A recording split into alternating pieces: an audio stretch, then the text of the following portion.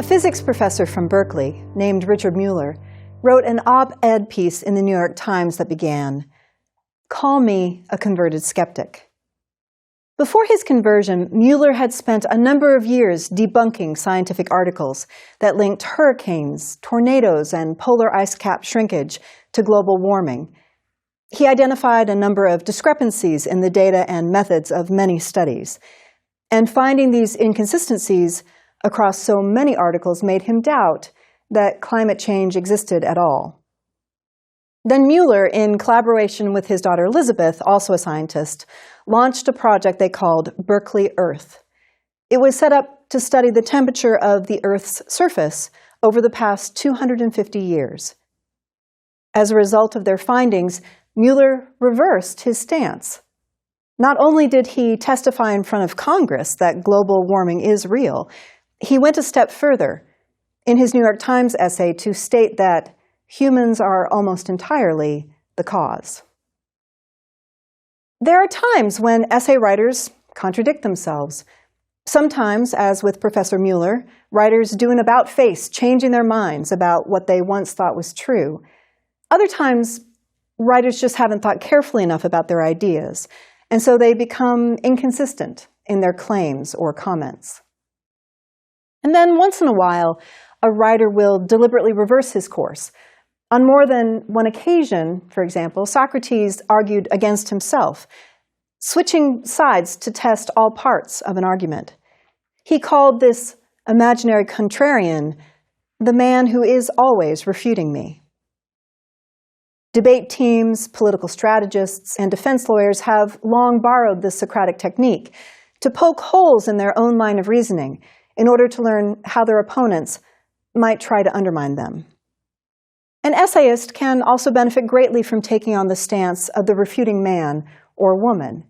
That's because no matter what argument a writer wishes to make or story she wants to tell, it will be partial and subjective. Taking on the role of the refuting man or woman means an essayist acknowledges her subjectivity. Even more, she works with it rather than against it. She doesn't ignore her biases or pretend they're not there. Lee Gutkin, the founder of the journal Creative Nonfiction, says, "A writer's concept of the truth may not be universally accepted and may even conflict with the facts as others understand or remember them. Good creative nonfiction does not deny personal opinion. On the contrary, it welcomes the subjective voice."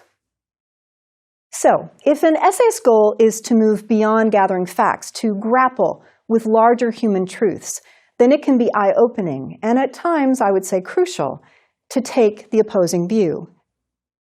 To see what I mean, try this simple exercise. Think of someone in your life who you like, but also dislike. It can be a family member, it can be a colleague, that woman at work who smiles broadly at you in the hallway, but then talks against you in meetings. Or it could be a former lover, someone you once adored but now see as flawed or broken. The most important thing is that it should be someone you feel ambivalent about. Then write down the memory of a fight or disagreement that you've had with this person, and make sure to choose one that, even now, you still feel was unfair. In other words, select a fight in which you felt that you were 100% right, and this individual was 100% wrong. Let it all out. Explain exactly why you were on the right side of history on this issue. Okay, now comes the hard part, but it's also the most intriguing part. Step into the shoes of this family member, colleague, or lover, and rewrite the memory of the fight from his or her perspective. Be genuine. No sarcasm allowed. Do everything in your power to think about how and why this person believed that he or she was the one in the right.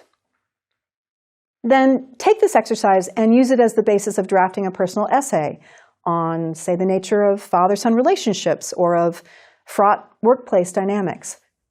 I am confident that you will wind up representing both sides of your essay's argument in a true and fascinating way.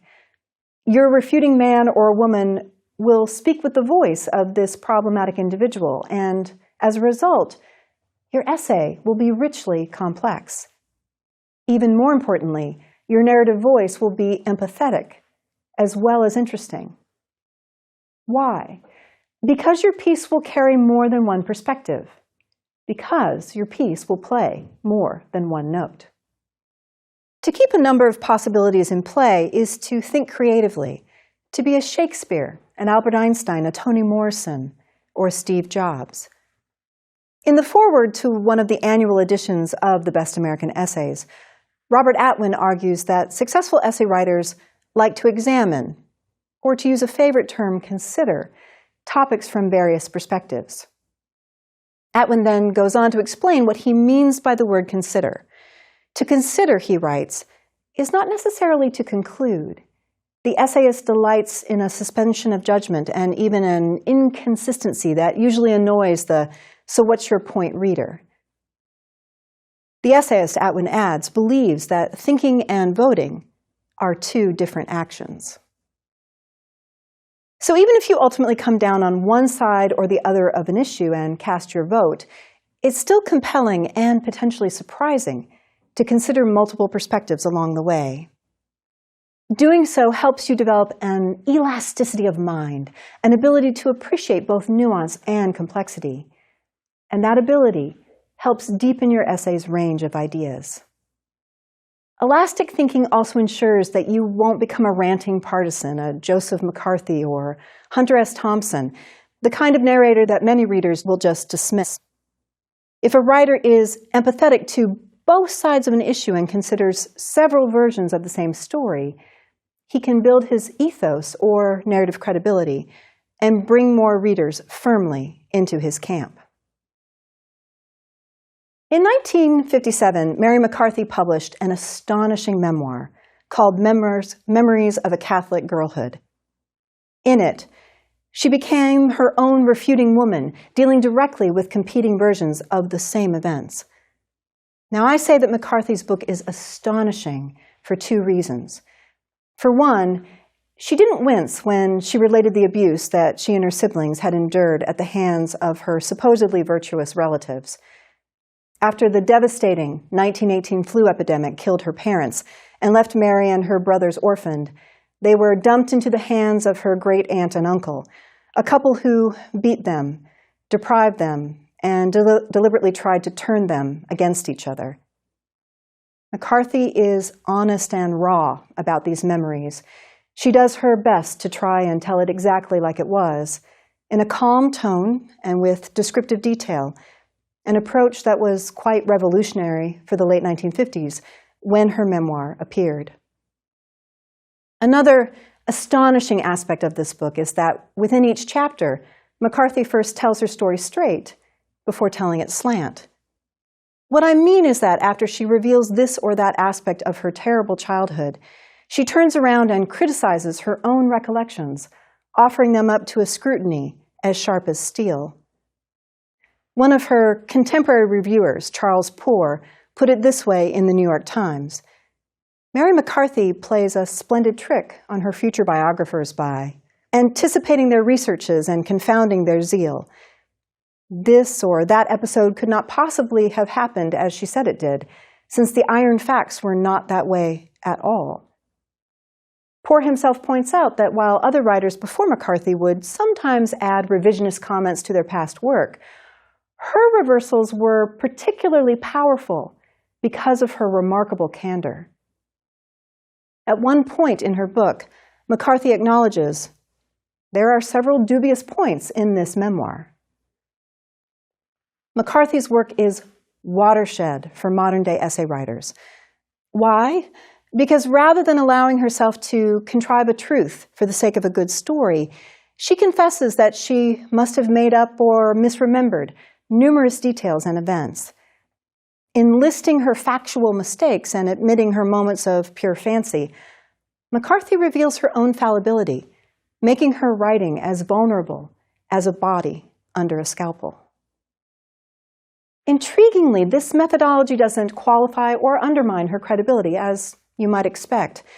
She doesn't seem wishy-washy or capricious. Instead, McCarthy comes across as one of those elastic thinkers. a writer who isn't a zealot insisting on her own version of events no matter what. By criticizing her own desire to restructure the memories of her past experiences, McCarthy actually strengthens her ethos or credibility as a narrator. So let me give you an example of what I mean. In a chapter about her maternal grandmother, McCarthy makes it clear that she is deeply ambivalent about this woman. She first paints a portrait of a cold, grudging old woman who sat all day in her sunroom making tapestries from a pattern, scanning religious periodicals and setting her iron jaw against any infraction of her ways. Soon, however, McCarthy turns the tables on herself and says, "I've been unfair here to my grandmother." She explains further, "I show her, as it were, in retrospect, looking back at her and judging her as an adult. But as a child, I liked my grandmother. I thought her a tremendous figure. Many of her faults, her blood-curdling Catholicism, for example, were not apparent to me as faults." So here, McCarthy keeps opposite versions of this character in perfect balance. While admitting that her portrayal is unkind through the older eyes of adulthood, she also recreates the idealizing eyes of a child, calling her grandmother a tremendous figure. At the same time, McCarthy's scathing indictment of this woman isn't swept under the sunroom's rug either. At the very moment she admits to being unfair, McCarthy still calls the woman's Catholicism blood-curdling, a bold and biased description. In a sense, McCarthy gets to have her writerly cake and eat it too. Apologizing for being harsh, readers will tend to trust her even more, yet she still gets to make an incisive commentary about her grandmother's ungenerous and sometimes hypocritical piety. Perhaps the most striking section from Memories of a Catholic Girlhood is the chapter called A Tin Butterfly, which was published as a standalone essay in The New Yorker 6 years before the full memoir appeared. It is a disturbing piece. In it, McCarthy tells of the physical and psychological abuse that she and her brothers received from their foster parents, Aunt Margaret and Uncle Myers. And since moments of violence are often handled in sensationalistic, cliched, and one-sided ways, it's worth our time to take a closer look at how McCarthy provides contrasting views within A Tin Butterfly. Offering up this dual perspective actually makes McCarthy's horrific experiences all the more affecting and believable. Early on in this piece, she takes time to paint unflattering pictures of her foster parents.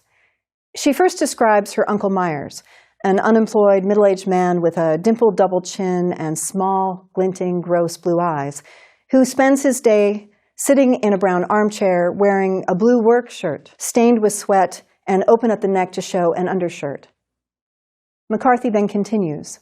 Below this were workman's trousers of a brownish-gray material, straining at the buttons and always gaping slightly just below the belt to show another glimpse of underwear of a yellowish white. On his fat head, frequently with its crest of bronze curly hair, were the earphones of a crystal radio set, which he sometimes, briefly, in a generous mood, fitted over the grateful ears of one of my little brothers. McCarthy also takes her time to describe her Aunt Margaret. This woman is portrayed as a well-aged quince of 45, with iron gray hair shading into black, a stiff carriage, high-necked dresses, unfashionable hats, and a tough, dry skin with soft, colorless hairs on it, furrowed and corrugated like the prunes we ate every day for breakfast. After providing this less than flattering description, McCarthy offers a bit more about her aunt's temperament, explaining, "It could be said of her that she meant well, and she meant especially well by Myers.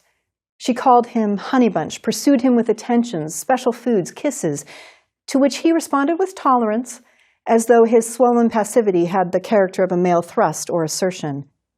It was clear that he did not dislike her, and poor Margaret, as her sister said, was head over heels in love with him."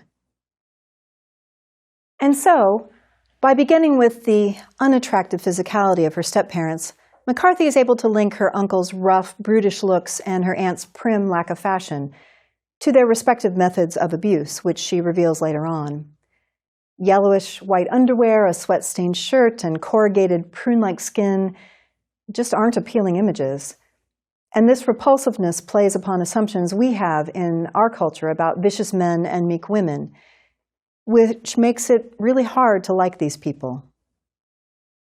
Myers is the epitome of the violent meathead, and Aunt Margaret is a simpering sycophant whose attentions to her husband are all the more exaggerated the more he ignores her. Thanks to classic films like A Streetcar Named Desire and Raging Bull, characters like Uncle Myers are so stereotyped in American culture that, should McCarthy's A Tin Butterfly be made into a movie, her uncle could easily be portrayed by Robert De Niro or Alec Baldwin. Aunt Margaret might be typecast as Kathy Moriarty or Jessica Lange. We've seen these types before. As her essay unfolds, McCarthy relates example after example of how Margaret and Myers mistreated her and her brothers. Uncle Myers was suspicious of education, and so McCarthy wasn't allowed to read. When he once found a book under her mattress, he threw it out. Candy was also forbidden, and the children weren't given an allowance, so they stole pennies and nickels to buy sweets, which they devoured in secret. The children also weren't allowed to have toys, even though other relatives sent them as gifts for holidays and birthdays. Their brand new dolls and sports equipment were kept in closets unless someone came for a visit, when the toys were brought out for just an hour or two and then packed up again the moment the visitors left. Even worse, on winter weekends, McCarthy and her brothers had to play outside each day, even when the temperature was at 15 or 20 below zero. Frozen and miserable, they stood in the snow crying. To discourage mouth breathing while asleep, their aunt taped the children's mouths shut before bed. And even though Aunt Margaret made special dishes for Meyer, the children were fed prunes and cornmeal mush for breakfast, boiled root vegetables for lunch and dinner, and overcooked custard or stewed fruit for dessert. And the abuse didn't stop there. Myers and Margaret also beat the children. "We were beaten all the time," McCarthy explains, as a matter of course, with the hairbrush across the bare legs for ordinary occasions, and with the razor strop across the bare bottom for special occasions. When Mary won a prize at school for an essay she wrote on the American Irish history, as soon as she got home from the awards ceremony, her uncle took her into a basement bathroom and beat her with a razor strop. As McCarthy explains, "To teach me a lesson," he said, "lest I become stuck up." The beatings often came on without any clear reason or excuse. When one child was punished for some infraction or another, the next oldest would be beaten as well, which led to distrust and envy among the siblings. McCarthy writes, "If my uncle's impartial application of punishment served to make us each other's enemies, it did nothing to establish discipline. We knew not when we would offend, and what I learned from this, in the main, was a policy of lying and concealment." As the culmination of this appalling treatment, McCarthy tells the story of a tin butterfly pin that her youngest brother Sheridan got from the bottom of a Cracker Jack box, the only Cracker Jack that any of the children had ever received. It was an impulse buy from Uncle Myers, given only to Sheridan, his favorite. Since the children weren't allowed to have gifts or individual possessions, Sheridan cherished his butterfly. He wore it constantly and made his brothers jealous. McCarthy, however, says that she tried not to react, ignoring the pin altogether until, without explanation, the butterfly went missing. Aunt Margaret then came to McCarthy asking for her help in finding it, but even after turning the house upside down, the tin butterfly wasn't to be found. Without any evidence, Myers claimed that McCarthy stole it, and both her aunt and uncle insisted that she admit her guilt. McCarthy refused, standing up to them for the first time. But, as she writes, Uncle Myers had a cunning look, as though events would prove him right. That same day after dinner, when McCarthy and her aunt lifted the tablecloth and the protective pad underneath to put them away, Myers discovered the butterfly attached to the pad, pinned right at McCarthy's place. For this supposed offense, Myers and Margaret beat the young Mary, the aunt with her hairbrush, Myers with his strop. As her aunt struck her leg, she kept pleading, "Say you did it, Mary Therese, say you did it." McCarthy explains, "As the blows fell and I did not give in, it was clear to me that she was begging me to surrender and give Myers his satisfaction so that the whipping could stop." Although McCarthy came as close to admitting to a crime she never committed, in the end, she still swore that she never took the butterfly, and eventually, the beating did stop.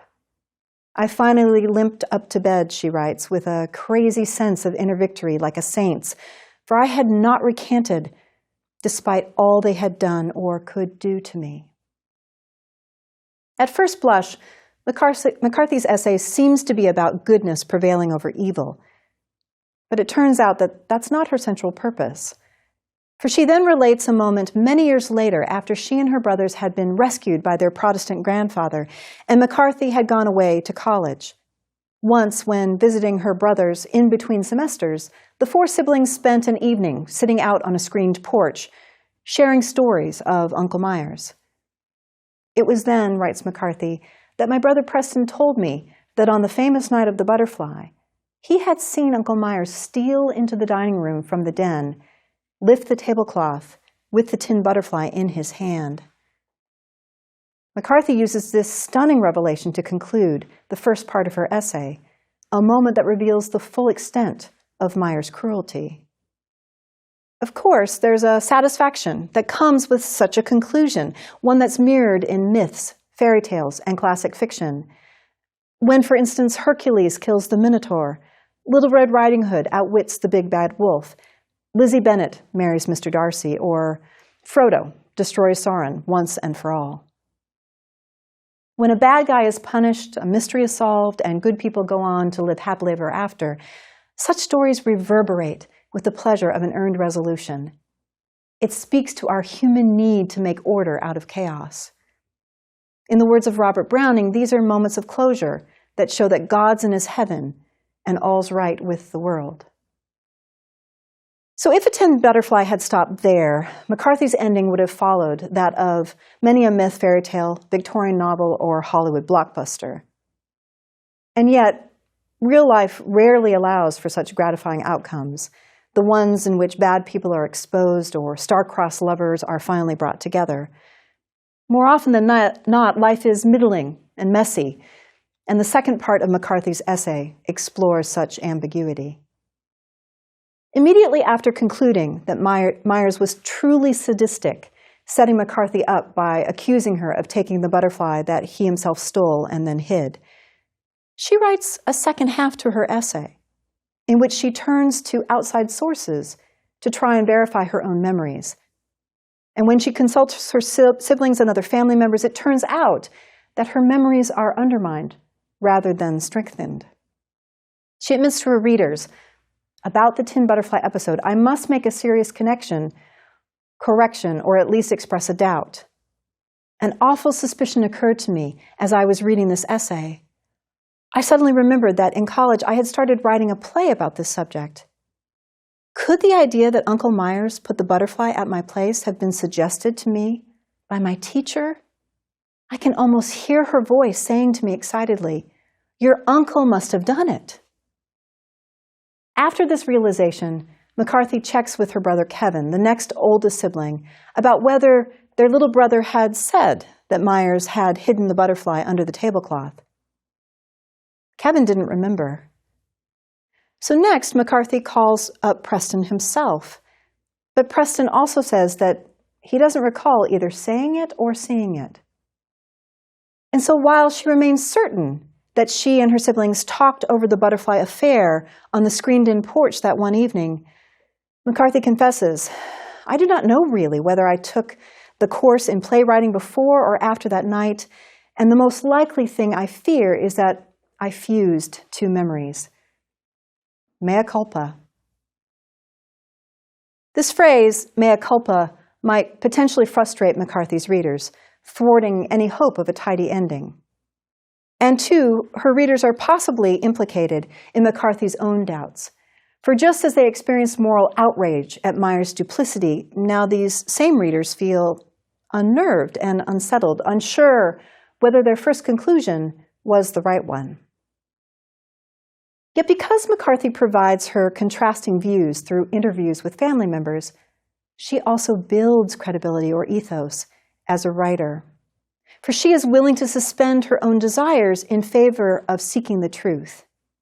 And she is willing to come across as someone who tried to shape her tale to let it seem as though she herself was the unblemished hero. I would argue that even though McCarthy's readers are denied the pleasure of a simple, satisfying ending, with a clear hero and an exposed villain, her readiness to throw herself under the proverbial bus makes her essay all the more convincing. In weakening her own conclusion, she winds up strengthening her overall ethos. To drive this point home, let me return to the case of physicist Richard Mueller.